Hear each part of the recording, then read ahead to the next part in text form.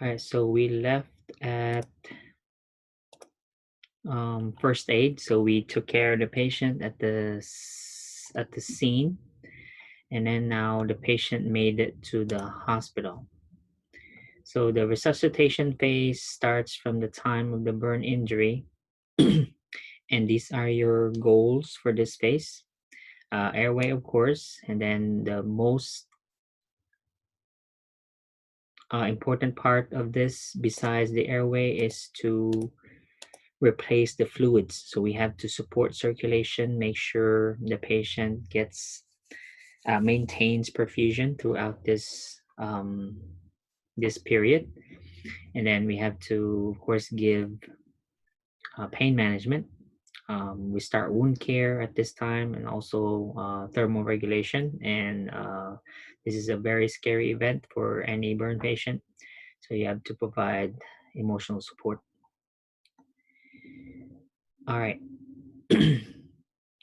Chart 26-2, I don't really have any questions on this chart, but it's nice to know that if your patient is an older adult, 65 or older, they already have age-related changes to their integumentary system, as well as their compensatory organs, namely the heart, the lungs, and the kidneys.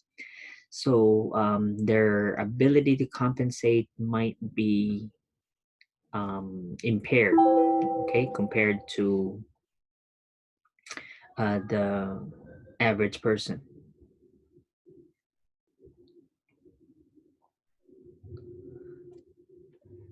Airway is our priority, so we check to see whether or not the patient has suffered inhalation injuries, or worse, an airway obstruction.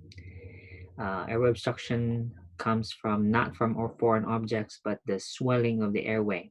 Okay, because if you imagine, if you put something hot, either hot fumes or um, hot liquids down the airway, of course, that will cause severe inflammation, and that will, of course, close the airway. So these are your indications that the patient most likely may have suffered inhalation injury. If the burn was in a closed space, let's say a small apartment, a, um, a warehouse, for instance, or if you see any of these signs of burns, like the mouth is all black, you the tongue, for instance, or any facial burns, because fire always burns up. So the let's say the patient's shirt was burned at the scene, so that means um, fire burns up, so it will cause the patient to inhale the fumes. Or if your lung sounds are wheezing, or you have stridor, which is now worse, or if they're coughing up black sputum, okay, they have complaint of hoarseness or brassy cough, right? Please read the rest. In that case, of course, we have to intubate early, because we only know the edema will only get worse. It never gets better as the burn injury progresses. So, from within the first 24 to 36 hours, we know that this is the period wherein the patient will be third spacing. So, there'll be a lot of edema. So, if you don't intubate now, you may not be able to pass that laryngoscope or the airway anymore.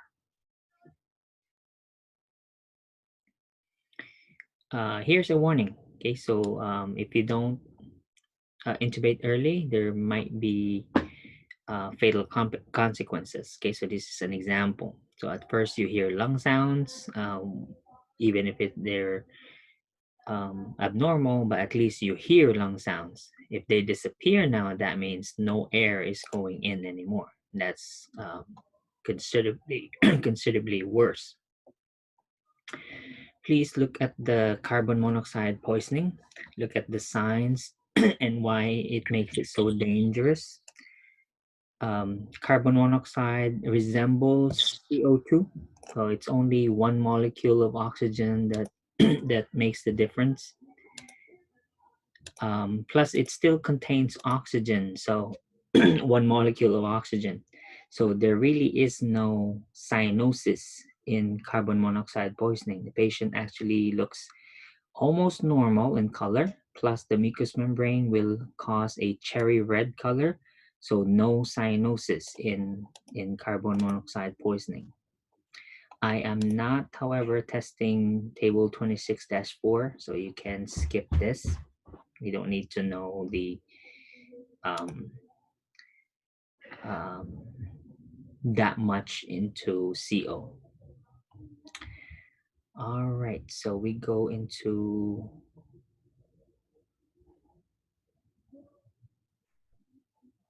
okay. Here's a critical rescue box. We're still under airway. We're not into the fluid replacement yet, so we're still under airway management. So you maintain a 45-degree head of the bed elevation, oxygenation, or if needed, then the patient has to be intubated. This part here, again, these are all repeated from the non-progressive or the compensatory stages of shock in chapter 37. So I won't repeat it because this is all the same. So we'll skip that and I'll go into TBSA now. So we need to calculate how much is the extent of the burn injury because this will determine the amount of fluid that we will use to replace the patient. Okay, so here's the rationale. The size of the injury is not only important for diagnosis, but also for calculating drug doses and specifically fluid replacement volumes. Okay, so we'll use the rule of 9. The alternate is called the Lund-Browder chart, which is more extensive because we never really get entire arms or entire torso, the entire head burned, right? So we really have splashes, fractions or sections of the body that are burned. But it's extremely difficult to memorize, okay, because they'll divide the arm, for instance, into up to 10 sections, okay, so it's harder to memorize. The rule of nines is pretty easy, so everything is 9. The entire head is 9. That's 4.5 for the face, 4.5 for the back of the head. The entire torso is 36%, 18 in front, 18 on the back. Each arm is 9, 4.5 for each side. So anterior arm is 4.5, posterior arm 4.5. Each leg is 18, 9 for each side. Anterior leg 9, posterior leg 9. If you total that, that's 99% only. So that's 9, 36 plus 45 plus 9, 54 plus another 9, 63. And then we have 36, so that's 99. The 1% is in the perineum. Perineum, of course, will cover the genitals as well as the rectum. All right. You may have a math question simply calculating the rule of nines. The question might not be about the rule of 9, but on the resuscitation, okay, the amount of fluid that we will be replacing the patient with. We'll get to that shortly. Okay, so this is not new. The potassium and sodium, again, the changes we already discussed under functional changes at the first few pages of the chapter.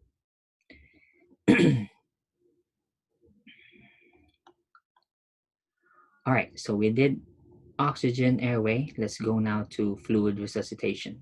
Okay, so the patient will die from shock because of the amount of fluid loss during the first 24 to 36 hours. Again, there is not only absolute fluid loss, but there's relative of that. Although the fluid didn't evaporate from the body, it is in the third space. Okay, so there's two ways of fluid loss here.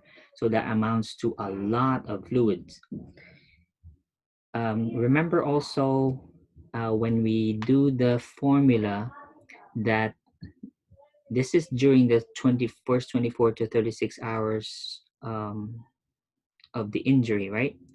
So therefore, again, the patient is losing fluids constantly through absolute, which means it's evaporating off the patient's body, and also relative, wherein it is just um, not staying in the vascular compartment. The fluids just leak out into the third space. Okay, so keep that in mind when we discuss the fluid replacement. Okay, all right. So this part here is all oxygen. We already discussed all that in the airway and ventilation, chapter 32. So I'll skip through that. Okay, so this is now the fluid resuscitation. So we took care of the patient's airway, we're maintaining oxygenation. Now comes the fluid replacement part. The formula is guided by the Parkland formula. This is a universal fluid replacement formula used. The formula is 4 mLs per kilogram per TBSA. So, and they have examples here. I'll do my short example as well.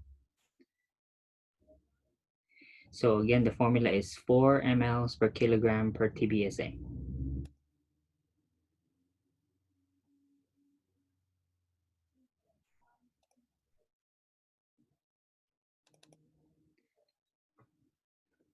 All right, do you see the whiteboard?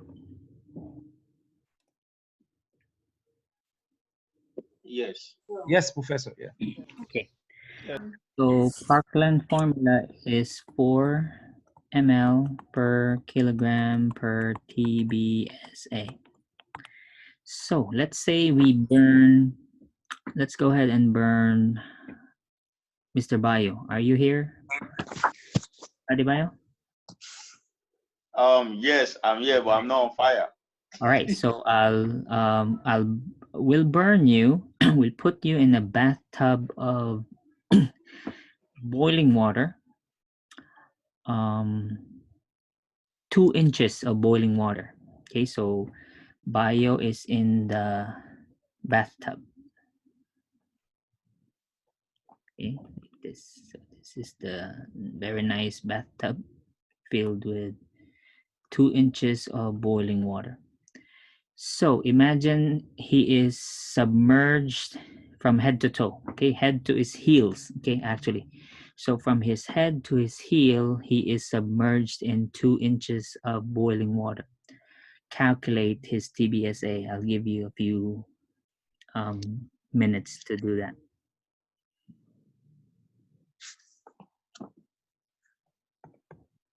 But what is the weight? Start with the TBSA first.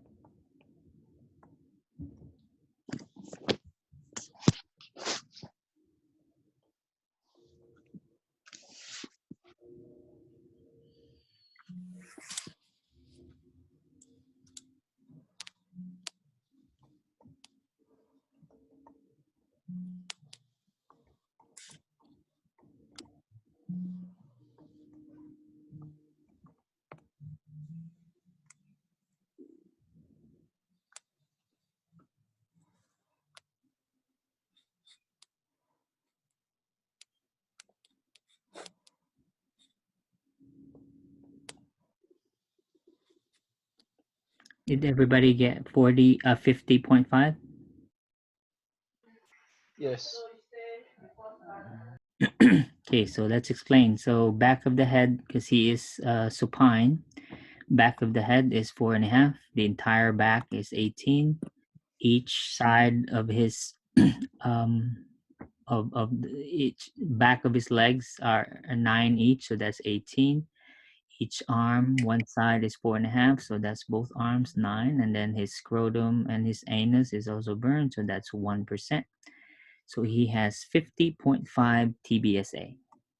Wouldn't that be 0.5 for the scrotum and anus if it's male? Because technically he might have not burned the other part.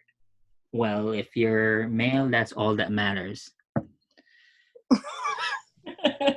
Okay. In fact, if it's up to me, the perineum would be 99, and we'll divide 1% for the rest of the body. Okay. All right, so the formula is 4 mLs per kilogram. So let's say Bio weighs 60 kilograms. So when we say, so when you convert it now, on the exam question, I may start with pounds, okay? So be careful when you're converting. So 4 times 60 times 50.5. I know this is percentage, but do not convert it to a whole number, okay? So do not convert to decimal. Please leave it at 50.5 when you're multiplying. What do you have? 12,120. So we have 60 times 4 times 50.5. That's 12,120 ml. So it says here on the textbook, how do we give the total amount? This is over 24 hours, right? The 12,120 ml is for the whole first 24 hours. How is that given? On the chart, it says here, we give half of that total volume within the first 8 hours post-burn, and then the other half over the next 16 hours. So let's say Mr. Bio was burned at 6 a.m. How long do you think before he reaches the hospital?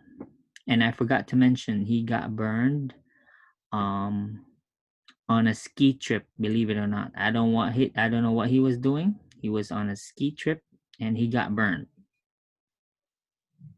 Well, it makes sense. Okay, so he was on a ski trip in a cabin, so he was feeling really, cold. So he I guess put the water on too high, okay, too hot, and then he laid on the bathtub, and then so serves him right. So will he make it to the hospital within 15 minutes?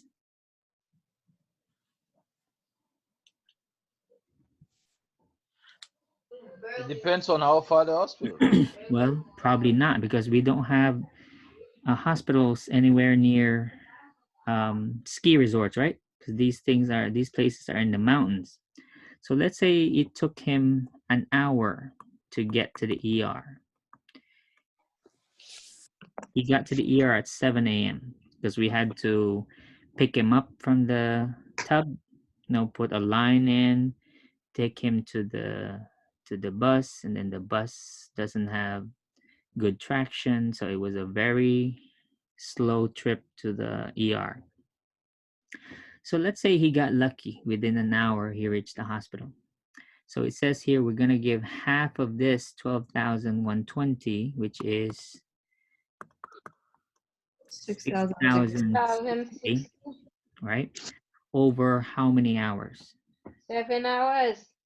All right, because the 8 hours starts from 6 a.m. That's when he was burned. So he has to receive, so he lost an hour. We now have 7 hours to administer this. So we divide this by 7. How much we got? 866.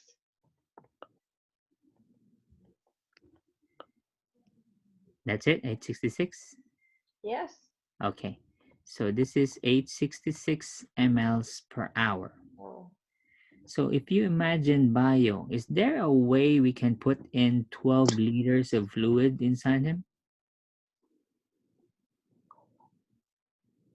Is it possible to put 12 liters and change inside Mr. Bio? No. No, that's a lot of No. fluid. Yeah. They So love why are we fluid putting that much fluids inside him? because he lost fluid. Okay, so remember, when is this occurring? During the first 24 to 36 hours of the burn, right? Right? So Yeah. what's happening during that period? He is constantly losing fluid, absolutely as well as relatively. So the moment you put every drop of fluid inside him, is it staying inside? Are they all staying inside Bio's bloodstream or body? No. No. No. So it's like, so imagine Mr. Bio as like a leaky bucket. Okay, so the moment you put in fluids, most of it are evaporating. Most of it are third spacing. So therefore, that's what makes it possible to put as many as 12 liters inside him because it's not really staying, right? So all the fluid is doing is just to maintain this 866 ml per hour here. Not all of that is staying inside his body. Most of that is lost. So we do have enough though to maintain perfusion just to keep him alive. And then we switch to the next 8 hours will be it will be a different rate now because the 6060, the other 6060 is now divided by 16 hours. So you'll have a different rate. Okay. Any question about fluid resuscitation? Professor, Yes. I have a question. Besides fluid resuscitation, you were talking earlier management of burn. You give the tetanus toxoid as an active immunity for the patient. But I read also this morning from Kaplan book, they said beside fluid replacement, you give the tetanus toxoid because it takes 2 to 4 weeks to get the antibodies. You have to give in the antibodies that called immune globulin for an immediate protection. What do you think about it? Yeah, okay. Yeah, that's also true. Okay. Okay. Because I didn't see this mentioned in this book, the immune globulin. That's already they probably do that in another chapter because in the burn injury all their focus is on the burn. So under infectious disease, so that will be discussed more extensively. Okay, thank you. Okay, very good though. All right, so the patient, we're now giving him the fluids. You in fact have a sample here, all in italicized sentences. Okay, this is an example wherein the patient lost 2 hours. So please read that on your own. The rest of the chart is talking about your other responsibilities during the infusion, specifically because the Parkland formula um, is not perfect. In the first place, there are several factors here that can affect the resuscitation amount. So the calculation that we made may not be enough because for one thing, the weight is not accurate. We did not get to weigh the patient before the burn. Remember, when the burn injury occurred, the fluid shifting also occurred. So therefore, there is already edema. So the patient's dry weight is not established. Do you understand? Meaning it is so the moment the patient arrives in the ER, the weight is never the dry weight. So the Parkland formula computation we did is just an estimate. So therefore, what will really determine the accuracy of your fluid resuscitation is the patient's response. Namely, they talk about here about urine output. You can also base it on the patient's mean arterial pressure. All of these here, from blood pressure down to urine output, these you constantly assess because this will tell you the effects of the patient's fluid resuscitation. Specifically, when it comes to urine output, let's say you did your calculation as best you could, but then the patient is not making 0.5 mLs per kilogram of urine output per hour. So are we giving him enough fluids? No. Obviously not. So in that situation, you'll simply notify the physician, and then the doctor will give you a specific order on how much to increase the fluid infusion by. Okay, the fluid you're using is either NS or lactated ringers. Another basis for evaluating fluid resuscitation is, of course, your blood pressure, specifically mean arterial pressure. So if it's still less than 60, then that's not enough MAP. We need it at least to be 70. Okay, so that will be another parameter for the doctor to give you an order to increase your fluid replacement. Okay, what about diuretics? Because we have a patient with severe edema, will they benefit from diuretics? Thank you for reading, Miss Ashley. Read this section right here. Diuretics do not increase cardiac output. They actually decrease circulating volume and cardiac output by pulling fluid from the circulating blood volume to enhance diuresis. Okay, so it actually makes it worse, right? What's the exception? An exception is the patient with an electrical burn injury. In electrical burns, muscle and deep tissue damage release large protein myoglobin, which precipitates in and obstructs the renal tubules. Okay, so when is it safe to give diuretics, therefore? Thank you for reading the rest, Ms. Javiera.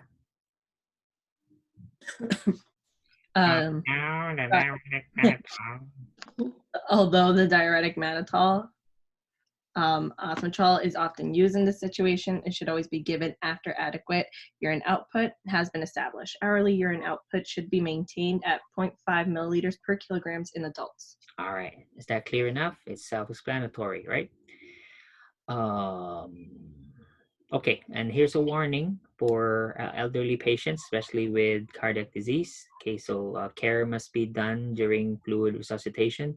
I mean, imagine 866 ml per hour or more, depending on the patient's weight.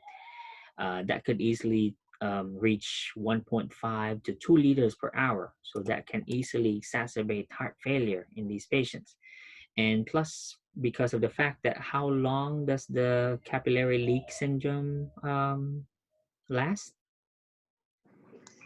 24 to 36 hours. 36 Right, hours. and we don't know exactly when. Some people may snap out, go into the fluid mobilization or the diuretic phase earlier than others.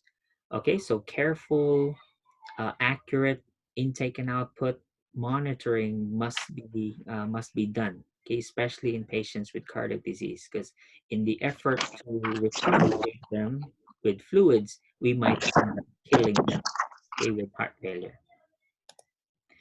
Questions so far? Professor, Yes, Magda. you're giving the patient the diuretic while using the fluid replacement while you're doing the you giving the fluid replacement? Yes, both can be given. Just like when you give under management of Shock, we were giving dopamine and hypercalcemia. fluid. I'm sorry again, Magda, what were you saying? Okay, you said you can be given at the same time. All right. Yeah, just like when you did hypercalcemia management, Okay. remember that the patient was given fluids and diuretics at the same time? Okay, yes. Yeah.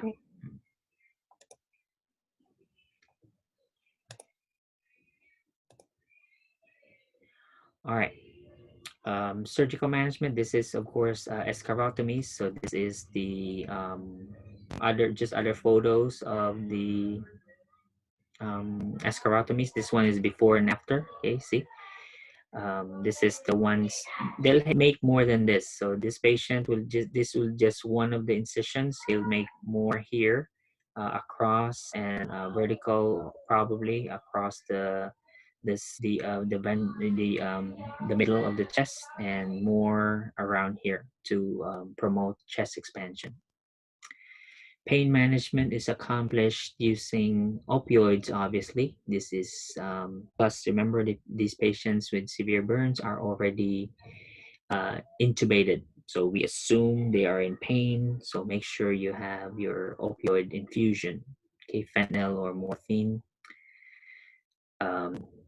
We avoid IM administration because, of course, there is it's questionable as far as the rate of absorption because of the um, edema. Okay, so IV route would be better.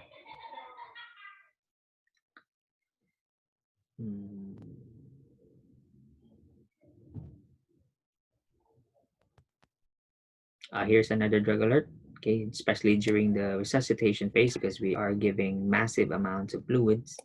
Okay, okay, this is about pain management. Okay, they also talk about non-pharmacologic interventions for pain management. We have PCAs. Obviously, this is after the patient has already been off sedation. Okay, so they could still be intubated, but they're off sedation.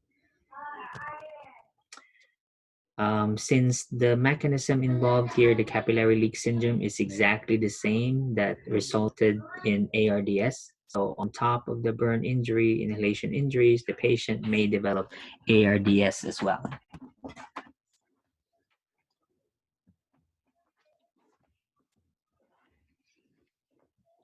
So that will complicate your therapy even more. The patient survived the resuscitation phase, so they're still alive after 24 to 36 hours. Now comes the next phase, acute phase. Your priorities here changes. Obviously, there is no more capillary leaking here, so we're done with the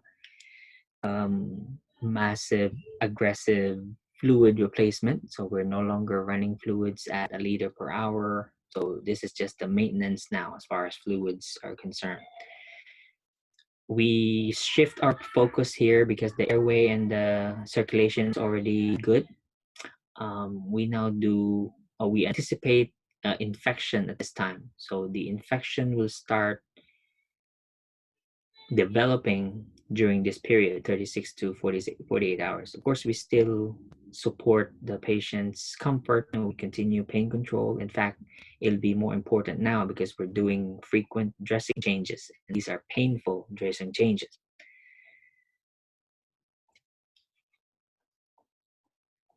I'll skip through these. These are again same as those in shock. So it's same same data. Now I said the number one problem here is infection, which is sepsis, severe sepsis, septic shock. So it's important to review our local versus systemic signs of infection. So we have two columns here, table 26-5. Please read that on your own. I won't go into that detail in table 26-6 So I'm not testing this because we're not really concerned. Who cares if it's gram positive or gram negative? Okay, so we're treating it. It's an infection, so we're going to treat it. Okay, the important thing here for nursing responsibilities is to recognize it. That's the most crucial part. Once you see the signs, then report it to the doctor, and of course, we will institute antibiotics. So the table 26-6 will simply determine the selection of our antibiotic, or in the case of fungal infections, then our antifungal. Okay. Next is wound care now. Debridement may be necessary for full thickness and deep full thickness wounds because we do have eschar. Remember that granulation tissue cannot grow when there is eschar covering it. So you have to remove the dead tissue for granulation tissue to grow. At the same time, of course, we avoid infection. So what do you think is the technique for wound care? It is always Aseptic. Several techniques. okay, sterile technique.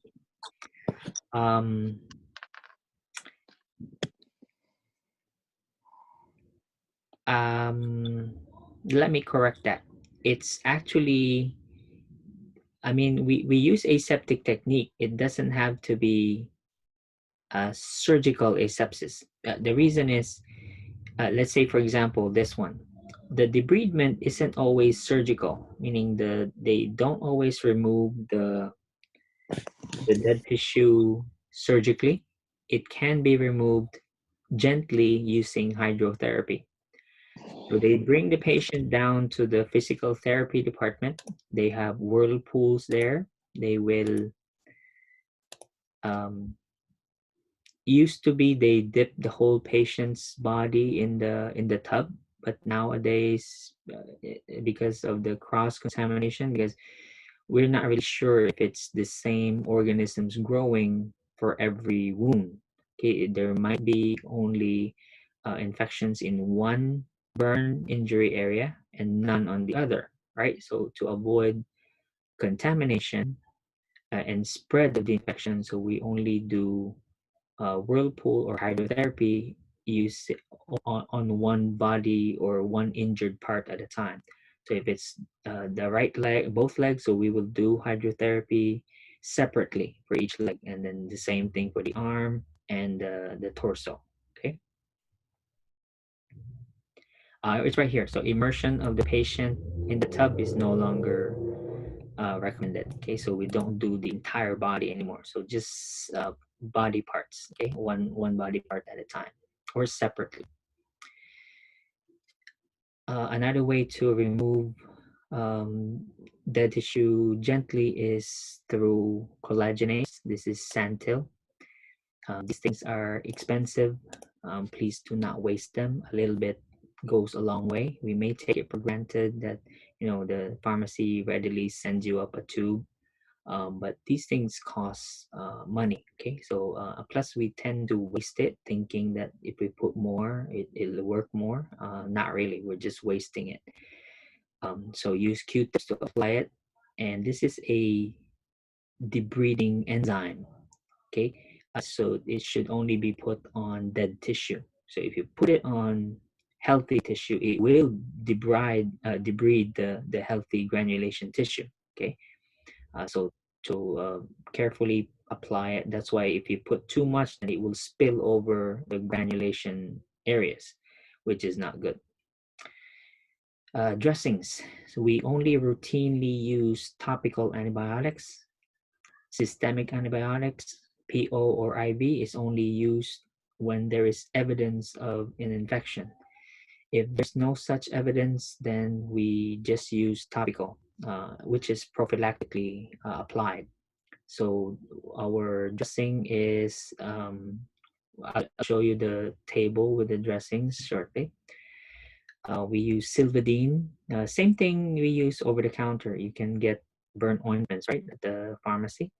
Silvadene, but these are of course large amounts, and these are applied on the dressings. So the gauze that we use to wrap the burn areas are already impregnated with the Silvadene. Okay, it already contains Silvadene. I will not test skin grafts because again we are not a specialty burn unit nurses, so I don't think NCLEX will ask you all those questions about grafts.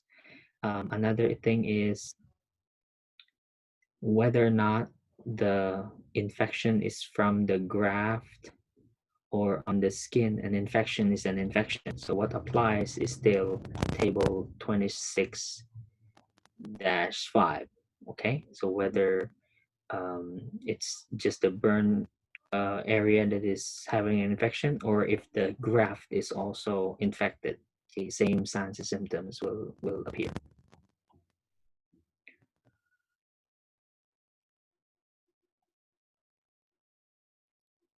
Okay, I'll skip over the grafts and biologic dressings.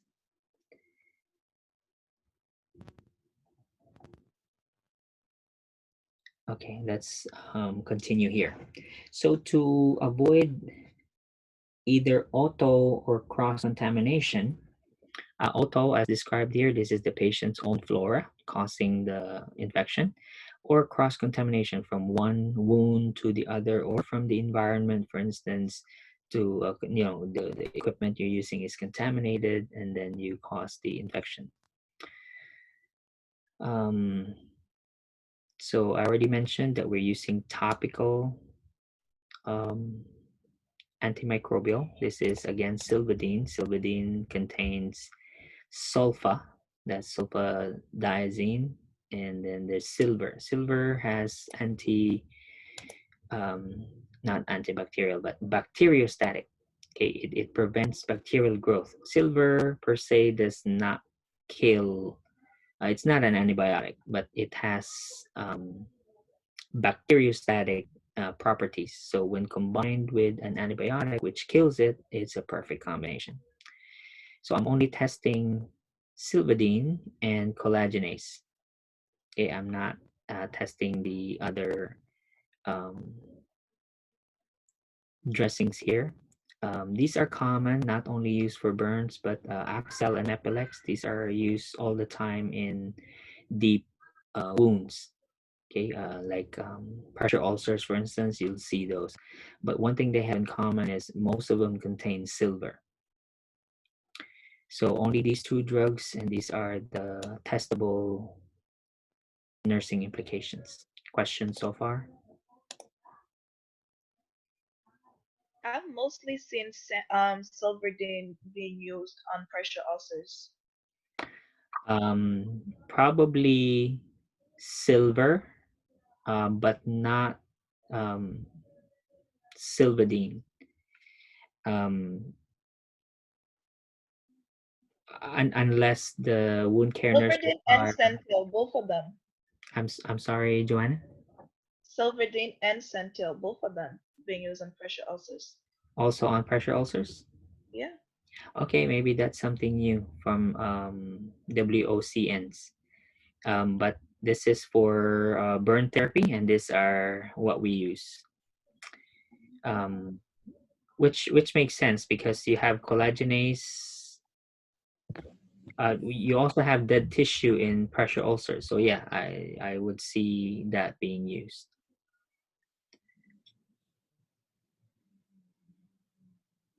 I already mentioned that we only use topical antibiotics. When are systemic antibiotics used again?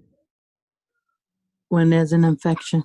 Okay, so unless you have evidence of an actual infection, we do not use systemic antibiotics. What is the result if you routinely use oral or IV antibiotics? Resistance and Multi-resistance, superbug. MRSA. All right, so you'll have superbugs. Okay, so you'll develop MDRs, multi-drug resistant organisms, and that's not good. So that's when you have other complications from treatment, including C. diff, and you don't want to deal with that. Again, we use asepsis in order to do your dressing changes. Okay, again, we try to avoid cross-contamination, meaning we have dedicated equipment for each, not only for each patient, but for each body part. Because remember, one burn injury may be growing different organisms as another one. So we try to minimize cross-contamination.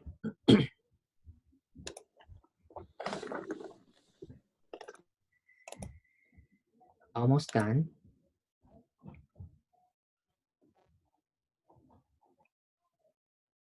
Okay, nutrition. Sometimes in all the busyness, we forget about nutrition, especially the part where this patient is in a hypermetabolic state.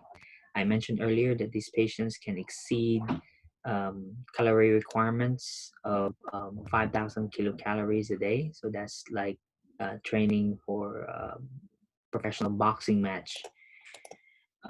So that's how much this patient's injuries are putting a toll on their body. So they need high nutrition, high calorie food intake. So that's here, high calorie, high protein intake, because they are healing, okay, aggressively. Their body is again in a hypermetabolic state.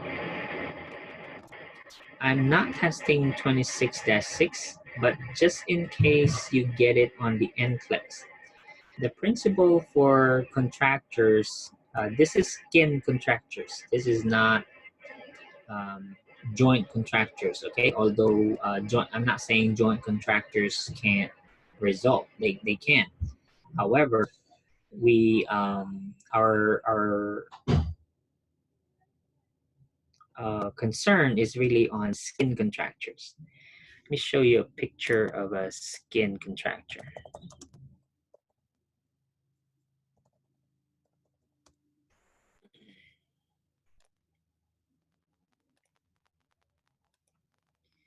Okay, so this is a skin contracture, this one.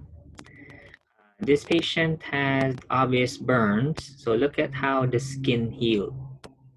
Okay, so just like if a joint gets fused, the skin can also fuse when it's healing. So we don't want this, because contractures, just like joint contractures, will limit joint mobility. Okay, and not to mention the unsightly image that we're looking at. These positioning as the patient heals will prevent contractures. You don't have to memorize it. I don't think you need to memorize. All you need to understand is what is the principle. So we want to stretch the skin, because if you don't stretch it, then as it heals, it always contracts, right? It always shortens. So in order to prevent the contracture from forming, we have to stretch the skin. Look at this, for instance. If you have a neck burn, do you want to flex your neck or do you want to hyperextend it? Hyperextend. Okay, because hyperextending it, meaning you're looking up, you are stretching the skin that way. Because if you are flexing the neck, then as the skin pulls or contracts, then that will prevent you now from extending your neck, because the skin has contracted. Although, look at this, posterior neck, it says flexion, right? It's still stretching the skin, because of course this is now the back of your neck. You're not going to do hyperextension, because if you're hyperextension, you're actually flexing the posterior neck. Does that make sense? Yes. Yes. Okay, so this is again the back of your neck. So what you don't want to do is hyperextend, because in a way, if you're looking up, then you are flexing the back of your neck. So therefore, it makes sense why they say flexion, because you are still stretching the skin at the back of your neck. And it'll be the same here all throughout, depending on the area. What you're doing is really stretching the skin. So if it's the arm, for instance, will you put the arm in a flex position or in an extended position? Extended. Extended position, because you are stretching the skin. This makes sense, right? Yeah. All right. But I'm not testing it, just in case you get a question on that on the NCLEX, so you know the principle. Okay, so you choose the position that will stretch the skin. As far as joint contractures, because they are also possible, because you tend to baby the area that was burned, thinking that it will be best. It's actually not, because you need to keep joint mobility, maintain joint mobility, so you don't lose function of that body area. So that will be accomplished by ambulation. For other healing to prevent or to lessen scar tissue, we can't really prevent scar tissue formation, but we can lessen it. We can do compression dressings. Okay, so this is again stretching the skin. So this is a whole body compression garment. So this will help prevent scars or lessen scars, sorry. And we're pretty much done, because the rehab phase, I'm not testing. This will take years or even the patient's lifetime, okay, the rest of the patient's life, depending on the extent of the burn injury. Any questions about chapter 26?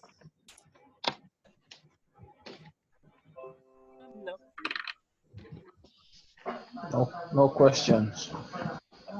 Alrighty. Ready for Wednesday? I'm not sure. Yes, sir. We're ready. I'm ready. Ready. I'm not sure. I'll know after Wednesday. Listen, ready, but I'm ready to be done with school. Listen, Bio,